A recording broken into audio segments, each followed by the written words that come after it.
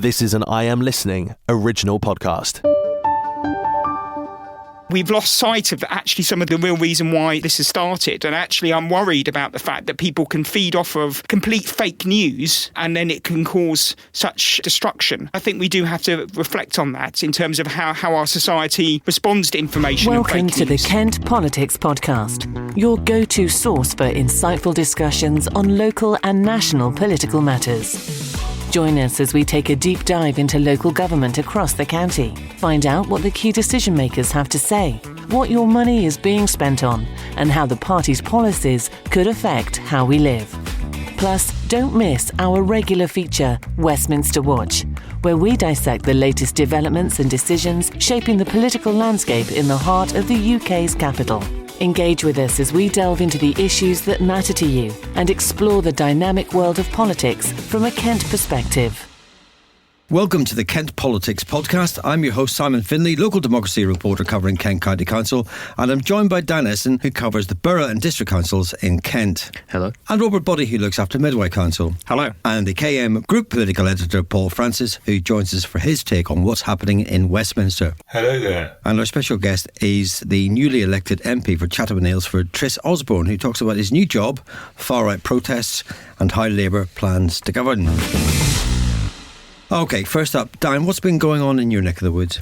So I spent Wednesday night on what was almost a wild goose chase amid rumours of planned far-right demonstrations and unrest in a few places in Kent. But where I was in Dover, it wasn't as exciting as some other places. Yeah, but so bring us up to speed. Why did people think there was going to be disorder in Kent and the country on Wednesday night?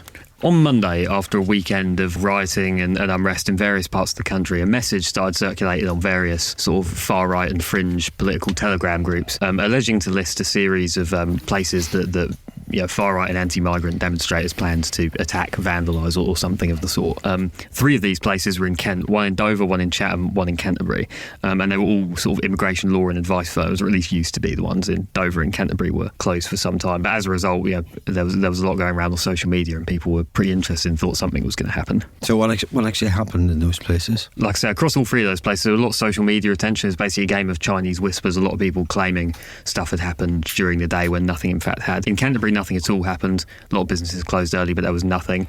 Chatham, there was a sort of reasonably sized protest and counter-protest near the Innovation Centre. But where I was in Dover, it was a whole lot of nothing until later in the evening, essentially. I spent all evening traipsing around Dover and found no demonstrators anywhere at any of the planned meeting points. But later on, I ended up finding a group of about 20 sort of counter-protesters huddled in a car park, faces covered, carrying signs with sort of anti-fascist and pro-migration slogans. So basically, they ended up standing in a car park for a couple hours. One had a scuffle with a photographer and got arrested for it. And there were definitely a few people around who were involved with far-right groups, sort of out spotting for them, I guess.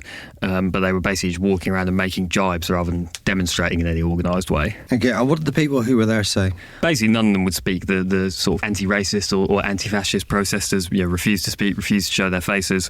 They wouldn't even verbally say no comment. They just shook their heads. But I'm pretty certain none of them were local. You see a lot of the same people at these type of things, people who've been around with Stand Up to Racism, the SWP and all these groups for a very long time. But none of these people were of that sort. They were all quite young. Signs were homemade. They looked like they'd travelled in, basically ready for trouble of some sort, but they didn't end up getting it, really. And eventually they sort of slowly filtered out, escorted by police into cars, which they organised as rides home for themselves.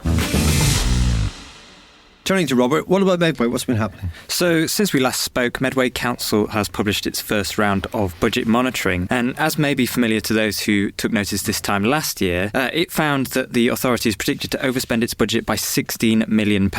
It's worth saying that these are projections and estimations, and they're likely to come down. However, the fact that the overspend is so high is a cause for concern, because it's a long way for it to come down. You say this is familiar. How does the overspend compare to previous years? So, last year, the authority faced a £17 million overspend prediction, which was whittled down, but the council did eventually have to spend £5 million of its reserves. It also had to make cuts to services like free swimming, introduce and increase parking charges, and it also received exceptional financial support from the central government, which allowed them to borrow in order to cover running costs while it got things in order. And what's the reaction been to this? Well, the Labour groups say it's still the effects of the previous Tory administration and the recently departed Tory government. But they also say they will make tough decisions to get this sorted, basically saying they balanced the budget last year and they'll do it again. The Tories, however, say this is very worrying, that the overspend is so significant just a couple of months after the budget was set, and the Cabinet needs to get things back under control to avoid using reserves. The Council have until February to reduce the overspend, but we'll see in the regular reports before then just how well it's managing to rein in its spending. And what have you been looking at of late, Simon?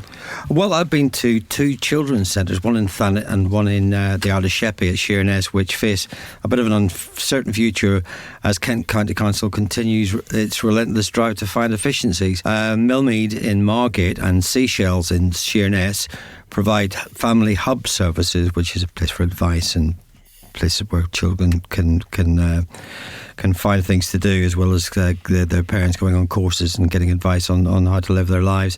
But they generally happen to be in two of the most deprived areas in Kent.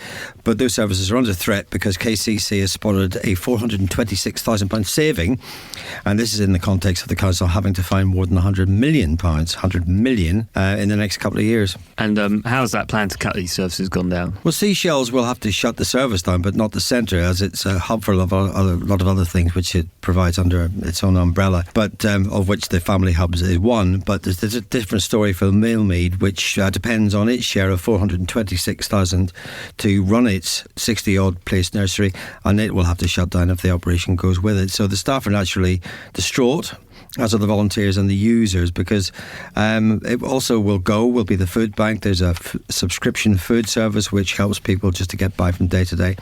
The proposals are now in consultation, but and that ends next month.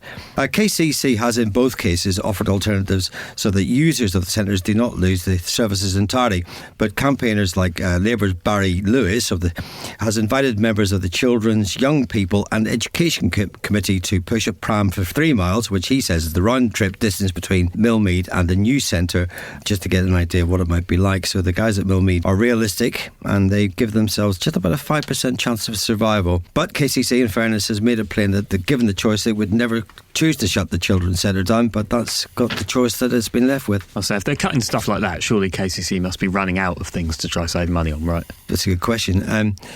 It's a big problem, and the problem's only going to get bigger. There is little or no help coming from this new Labour government to the overwhelmingly Tory County Council, and will be faced with plundering its reserves yet again. And as one senior official said to me this week, they might have to consider what is being described as a cull of staff who could be deemed non-essential. However, that's something that thus far has been firmly resisted by KCC. Now we turn to Paul Francis, the KM Group political editor, who's been hearing a lot about civil war in the UK on the back of these riots. Sure, that's a bit overblown, isn't it, Paul? Well, not to some, but personally I think it is, despite what some are saying. And it's perhaps telling that these claims are being led by Elon Musk, the guy who owns X, as we call it now. But even amongst the conspiracy theories, it's a little bit over the top. One latest version is that the unrest has been fomented deliberately by Labour to make the PM appear authoritative. Having said that, the riots are not perhaps what Sir Keir expected to face in his first few weeks. And if there was a political honeymoon, it seemed to pass most of us by. But part of the job is to deal with the unexpected, and it's certainly that. Now, a couple of points, as we all know, budgets of public sector are under increasing strain, and policing and managing these riots is costing a fair whack, just in terms of the potential overtime that officers are raking in. And in time, we'll see council leaders and others say that if community cohesion is what we must focus on, then the government will have to stump up the money, and that will be needed to pay for such initiatives. And we all know the parlous state of local authorities. How's the PM dealt with this crisis? Well, it depends which pollster you listen to. And according to one opinion poll, not too bad. It suggested that 60% of Labour voters thought he was doing OK in handling the riots. However, that's not necessarily what the party faithful think, but those floating voters who were instrumental in getting him into Downing Street are more important. And they've been less impressed. And according to a YouGov poll, 31% of voters thought he was doing well, against 49% saying he was doing rather poorly. Now, one thing I've been struck by is his uncompromising tone and refrain about the perpetrators facing the full force of the law. It reminded me of someone called Maggie Thatcher, who as PM fashioned the Conservatives as the natural party of law and order. I wonder if Sir Keir's after the same thing. OK, well, listen, thank you very much, Paul. Please join us later on when we have a further discussion. Is there a topic that you would like to be discussed on the Kent Politics Podcast? Perhaps you've got a question for one of our panel, or you'd like to comment on a hot topic in local or national government. Get in touch by emailing or sending a voice note to kentpoliticspodcast@thekmgroup.co.uk. Just over a month ago, our special guest this week was a secondary school teacher, but after taking the Chatham and Aylesford seat on July 4th, he's one of Kent's 11 Labour MPs in the Palace of Westminster. Welcome, Tristan Osborne. Hello. Well, let's start there. What was the transition like from being a school teacher to being an MP? Well, goodness. A day before, I was in the classroom teaching AH and 7B, and then the election happened, and wow, what a difference. So it's a bit like a deer in headlights, really, when you go in on that first day and you get a tour of the building. You do have to pinch yourself. There's a bit of imposter syndrome. Am I really here? Am I actually the MP? But actually, the staff in Westminster have been really friendly, very encouraging, and we've been given too many induction sessions to name, and it's getting your feet under the table at the moment and getting the office set up and getting your head around all of the different processes and procedures. And how have you found the place? Is it what you expected it would be like? Well, it's certainly a bit more of a maze than I thought. The building has multiple corridors. There are rooms that lead into rooms. Some people have even called it a bit like Hogwarts in terms of its sort of scale. In terms of the role, look, there are things about it which I wasn't aware. I think some of the security issues, I think that's relatively new. The procedure and how you're supposed to address other members of Parliament, and just generally how the offices and processes are set up. Some of it's very old-fashioned, some might suggest. But actually, it's a real honour to be there, and I'll get my head around it. Is there anything that sort of particularly surprised you? Any sort of real oddities of the place that people maybe don't know about? Well, I suppose it's the fact that everyone is in a sort of white tie, which some of the staff around the House of Commons are in white tie. It's all very paper-based, which you would be surprised about now. We've got laptops and other types of things. The voting lobbies, you'd think, given most other democracies, you kind of vote in person with a button or whatever. They're still old-fashioned. You still go down a lobby and you still have to speak to someone and the whips are there to sort of count you in and out. So I think there's still some things which are quirky and probably go back to our heritage as a democracy. So, but I think people will be surprised to know that we're still voting the same way. As I mentioned in the intro, Kent went from having just one Labour MP before this election on July the 4th to 11.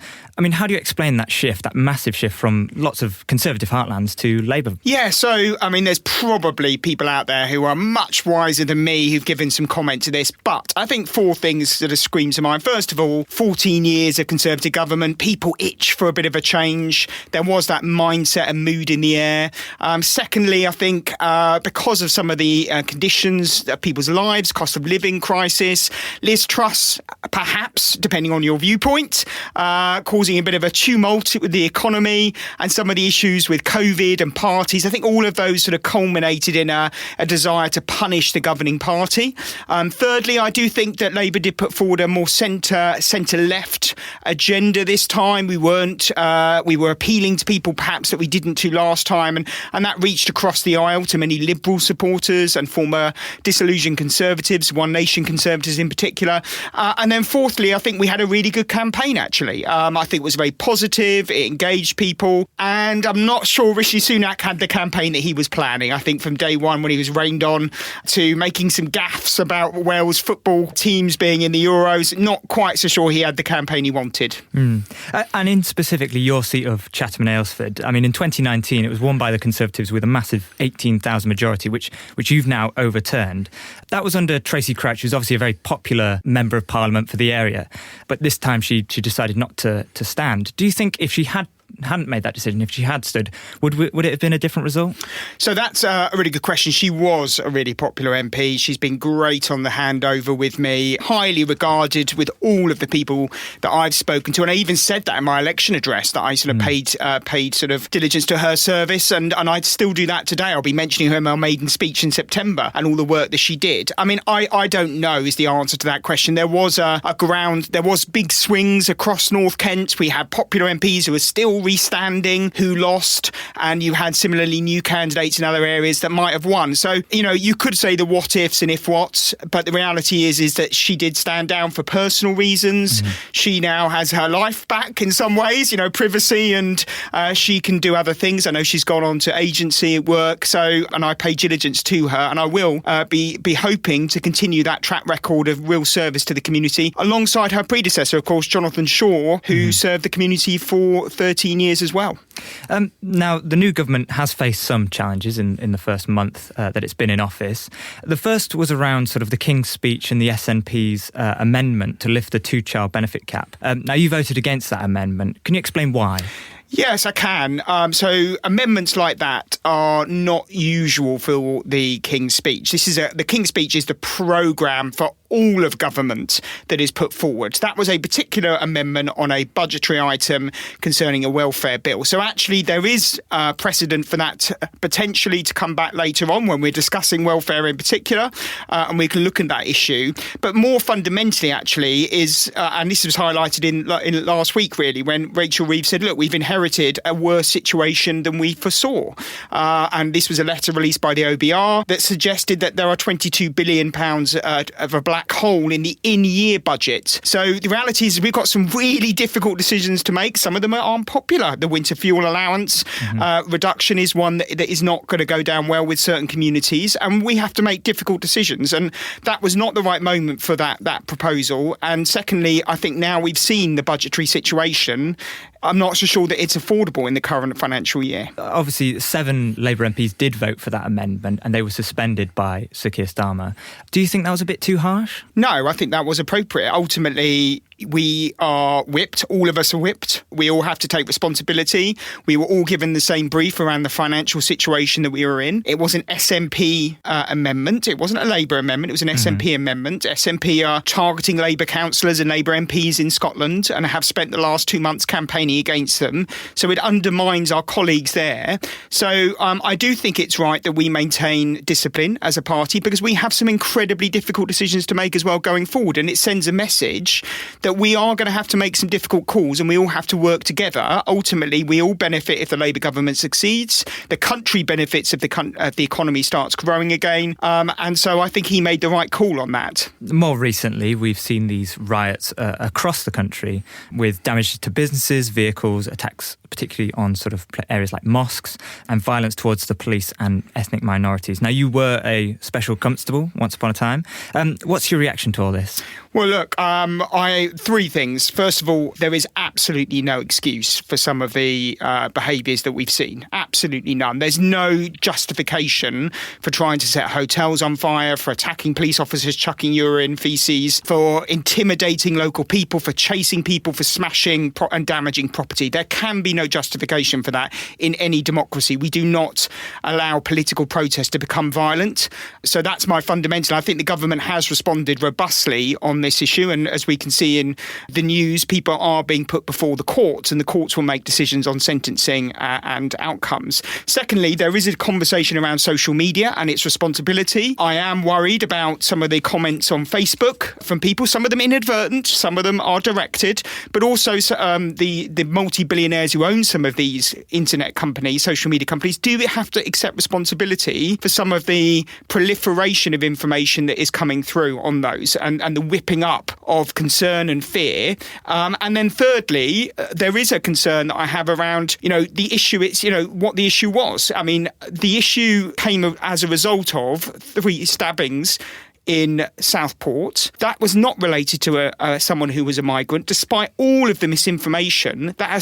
We've lost sight of actually some of the real reason why some of this has started. And actually, I'm worried about the fact that people can feed off of complete fake news and then it can cause such destruction. And I think we do have to reflect on that in terms of how our society responds to information and fake news.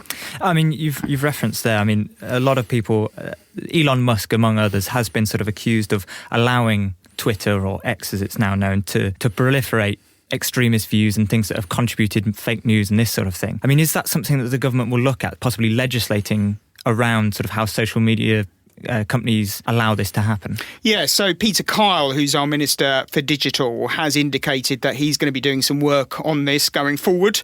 Obviously, right now, the focus is on ensuring that we have community cohesion, that we get these riots quelled and we can move forward. And I think there needs to be a wider conversation, probably at a later time, around the responsibility of digital companies.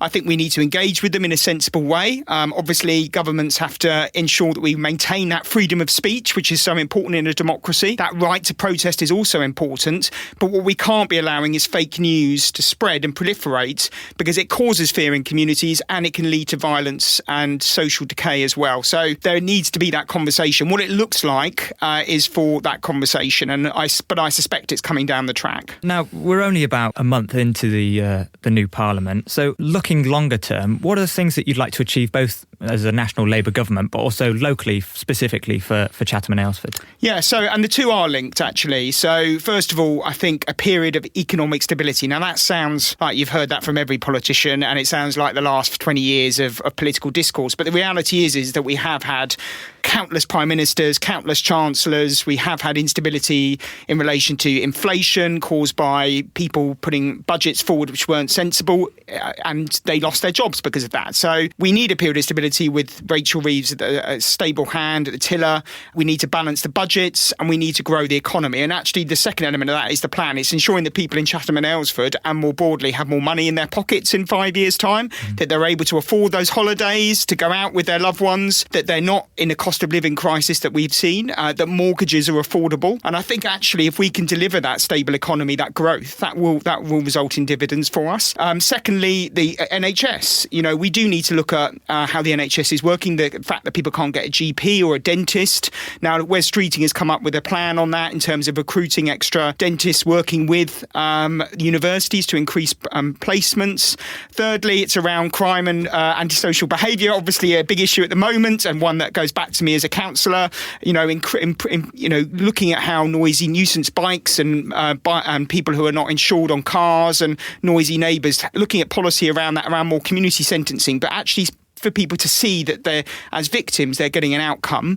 And then just lastly, it's around supporting education, which for me is very important. 3,500 extra teachers, specifically maths and science teachers, which we're going to fund through a tax on private schools. Now, that is controversial, but having worked in a state school, I know that there's a massive recruitment problem, and actually ensuring that state schools get those resources, which they haven't had for 14 years, where 92% of the students go, is a real priority. I know that will cause controversy, and I look forward to the debate on that, but I think that is the right decision. My final question, I mentioned at the beginning of this interview that you were a school teacher, and obviously you had to deal with a fair amount of bad behaviour, I'm assuming, as a teacher. Is the behaviour any better in the Palace of Westminster? Do you know, I have been asked that question a few times, and I can say that the behaviours are, certainly some of my Year 8 classes came very close to some of the behaviours that I've witnessed. They're certainly more controllable in the classroom, and they're slightly less rowdy as well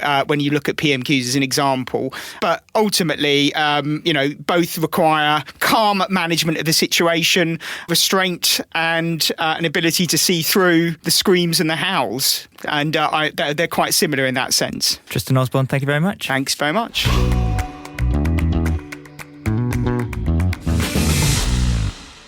Just coming back to the riots, why did Kent escape the most serious unrest, Anne, do you think? Just in purely logistical terms, two of the places that were listed on this, what some people are calling a hit list of places for far-right protests, were pretty out of the way. The one in Canterbury was way up on the hill near the university, which is pretty barren at this time of year anyway because it's summer holidays. And the one in Chatham was at this innovation centre, which is quite far out of the town centre near Rochester Airport. But also, it's just there's not there are, in absolute terms, there are very, very few people who care enough about politics for any reason to take part in a protest of any sort. Especially when it's not near a railway station as well. No, exactly. Yeah. Think of it. When you go to protest, you hear a lot of people, especially in Kent, you hear a lot of people with accents who clearly aren't from here and have travelled down from elsewhere in the country. And that's fine if you're making a weekend out of it and you're coming on a train, but if it's on a Wednesday night and you've got to get 5 miles away from the nearest train station or something, you're not likely to come. Well, how much of it do you think it to do with the day before there'd been news of somebody getting jailed for 3 years for his part in the Southport unrest. Why do you think that may have played a part in terms of deterring people from going out and having a barney with the police? I think that is absolutely the case. I mean, the Keir Starmer, as we've sort of mentioned, has kept this strong line of, we're going to crack down on this criminality. We're not going to accept this sort of behaviour. And I think, I think there are sort of three groups within these riots as they've been elsewhere. There are people who are really bought into this idea of sort of the far right element of it. There's people who are sort of a bit more not quite as strongly believing in that, but think that immigration is a problem and they need to demonstrate that in some way. And then there's sort of idiots who are just going along looking for an excuse to smash up a shop and rob a Greggs or whatever. And I think once the actual consequences of those actions come along and they see it's not just a bit of fun and it is actually quite serious and they could go to prison, a lot of people will think twice about this sort of thing. And as that news came out, as you say, as people began to get these sentences and they saw that the full force of the law would be coming after them, I think a lot of people stayed home. Well, Starmer, it's comfortable territory for him because he's a former director of public prosecution, so he knows how the system works. And he said, we will get them before the courts and we will jail them within a week of the offences being committed. So he's been true to his word. So from a political point of view, Dan, do you think that in the short term he's sort of diffused this problem, but perhaps has a problem in the longer term? Yes, I mean, like Paul said, some people might say this is the end of his honeymoon period. I think quite the opposite. I think this plays quite well for Keir Starmer because he can look loyally and disciplinarian, and that's exactly what he wants to do. That's kind of his a part of his public image that he's capitalised on. But on the other hand, like I say, in the short term, dealing with immediate criminality, banging up people who've committed obvious crimes on video and all this kind of thing is well, the government has to do it. It'd be crazy if any government didn't do it in response to this kind of thing. But in the long term, it's obvious things like this don't happen in a vacuum. Most people are not interested in extreme right politics, but it is obviously the result of long-term trends in public attitudes towards migration and the way that politics and the media address and deal with it.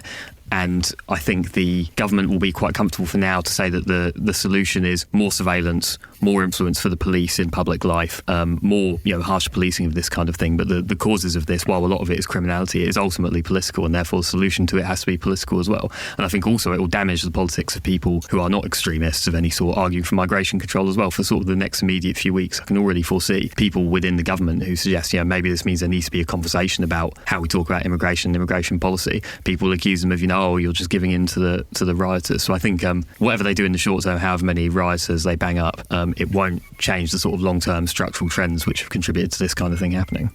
Paul, how do you feel Starmer has come out of this? I think he's done reasonably well. One thing that struck me about this series of events is that only the other week we were talking about not enough prison space and prisoners being discharged and court trials being delayed. And here we are this week talking about not summary justice, but about justice being dispensed in a matter of days. And there is that contrast there. I think, as I said earlier, Keir Starmer, I think, can't afford to be seen as soft on criminality because that will immediately hand the Conservatives the opportunity to say that he's weak on law and order, and he doesn't want that to happen. I was just wondering sort of how you feel the opposition parties have responded to this. I mean, from what I've seen, the Conservatives haven't been that loud on this, and Reform are in a sort of a strange position where some people are actually accusing Nigel Farage of sort of instigating some of these events. I mean, what's your view on that? Well, I think there's an element of truth in that, but